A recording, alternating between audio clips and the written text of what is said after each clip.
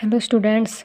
तो आज हम हमारी आगे की 3 रिएक्शन स्टार्ट करते हैं। तो हमारी 11th रिएक्शन है Gattermann coach reaction. Gattermann coach reaction है हमारी, बहुत इंपॉर्टेंट रिएक्शन है ये।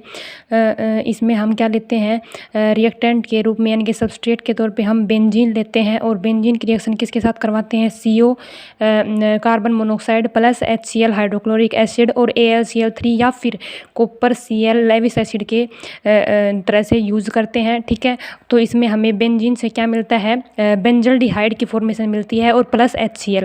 ठीक है, तो इसको याद रखने की ट्रिक बता देती हूँ मैं आपको कि जो गटरमैन कोच रिएक्शन है उसमें हमारे पास कोच के अंदर क्या आता है, देखो अपने आप ही CHO मतलब एल्डिहाइड ग्रुप। तो हमें यही है जो है इसमें ऐड करना होता है। देखो हमने क्या है बेंजीन से बेंजीन के ऊपर बस CHO ग्रुप लगाया है, तो बेंजल्डिहाइड हमें मिला है। तो इस रिएक्शन को याद करने का तरीका इस रिएक्शन के नाम में ही छिपा हुआ है कि यहाँ पे CHO हमें दिख रहा है, तो यहाँ पे हम क्या करेंगे, बेंजीन से बेंजल्डिहाइड की फॉर्मेशन कर देंगे plus HCl hydrochloric acid remove हो जाएगा। ठीक है, तो ये हमें हमारा इसको याद करने का की ट्रिक हो गई। मैं जो ये रिएक्शन आपको करवा रही हूँ ये सिर्फ याद करने के मोटिव से ही करवा रही हूँ। अगर आपको इनके मैकेनिज्म चाहिए तो आप प्लीज़ कमेंट कर देना। मैं आपको सिर्फ याद करने के लिए ही ये जो है ये रिएक्शन बता रही हूँ, क्योंकि आपकी जो 12th क्लास में इसमें सिर्फ रिएक्शन आएगी, लिखनी मैकेनिज्म नहीं पूछा जाएगा। ठीक है, तो अभी हमारी अगली रिएक्शन है क्लेमेंसन रिडक्शन रिएक्शन। इस रिएक्शन से पता चल रहा है कि इसमें रिडक्शन होगा। रिडक्शन मैंने आपको कई बार बताया है कि रिडक्शन का मतलब क्या होता है, एडिशन ऑफ हाइड्रोजन, मतलब कि हम हाइड्रोजन ऐड करेंगे। ठीक है, तो यहाँ पे हम रिएक्टेंट एल्डिहाइड और कीटोन लेते हैं।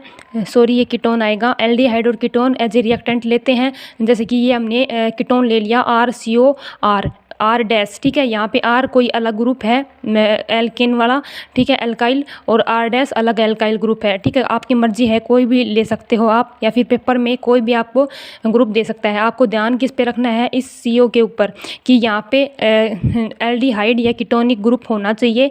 और इसकी रिएक्शन जब जिंक HgHCl, ये हमारे पास क्या होते हैं, जिंक HgHCl, इसमें हम रिएजेंट लेते हैं। तो जब इसके साथ इसकी रिएक्शन करवाते हैं तो यहाँ पे क्या होता है, रिडक्शन होता है इस रिएक्शन में। ये जो CO होता है इसको हटा के यहाँ पे 2 हाइड्रोजन ऐड हो जाते हैं। तो हमें पता है हाइड्रोजन ऐड होने का मतलब क्या होता है, हाइड्रोजन ऐड होने का मतलब होता है रिडक्शन। तो यहाँ पे RCH2R डैश, तो यहाँ पे रिडक्शन हुआ है और एल्डिहाइड या कीटोन से हमें एल्केन की फॉर्मेशन मिली है।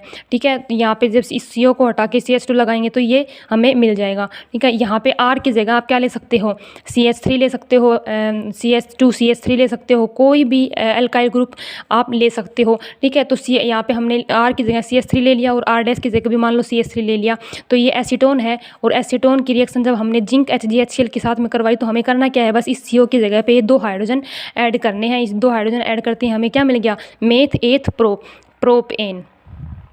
प्रोपेन की फॉर्मेशन मिल गई हमें, किससे, एसीटोन से।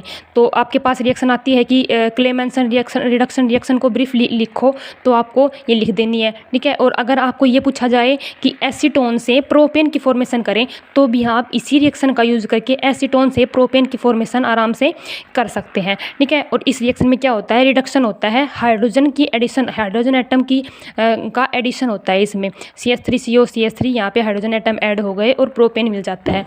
ठीक है, इसके बाद हमारी 13 रिएक्शन आती है होफमैन ब्रोमामाइड डिग्रेडेशन रिएक्शन। इस रिएक्शन में क्या होता है, हमारे पास अमाइड ग्रुप दिया हुआ होता है। यहाँ पे बेंजीन की जगह CH3 भी मिल सकता है, तो अमाइड ग्रुप या तो फिर बेंजीन CONH2 अमाइड ग्रुप मिलेगा। उसकी रिएक्शन हम Br2 एक्वस NaOH यानी कि बेस के साथ और ब्रोमीन के साथ में करवाएंगे तो हमें क्या मिलेगा, बेंजाइल अमाइन या फिर अमीनो बेंजीन मिल जाएगा। यहाँ से हमें जो बेंजीन है उसके पास डायरेक्ट NH2 अटैच हो जाएगा, ये CO है ना, ये रिमूव हो जाएगा। तो ये एज ए बाई प्रोडक्ट निकल जाएगा CO2, हमने दिखा रखी है आगे। ये CO2 यहाँ से निकल जाएगी बाई प्रोडक्ट, और क्या मिल जाएगा हमें मिल जाएगा यहाँ पे, देखो ये बेंजाइल अमाइन मिल जाएगा। तो अब यहाँ पे इस तरीके से क्वेश्चन पूछा जा सकता है कि फर्स्ट क्वेश्चन आ सकता है कि जो मतलब C6H5COCH3, तो ये कीटोनिक ग्रुप है, इससे हमें जिंक HgHCl की प्रेजेंस में जब हम इसको रिफ्लेक्स करेंगे तो हमें क्या प्रोडक्ट मिलेगा।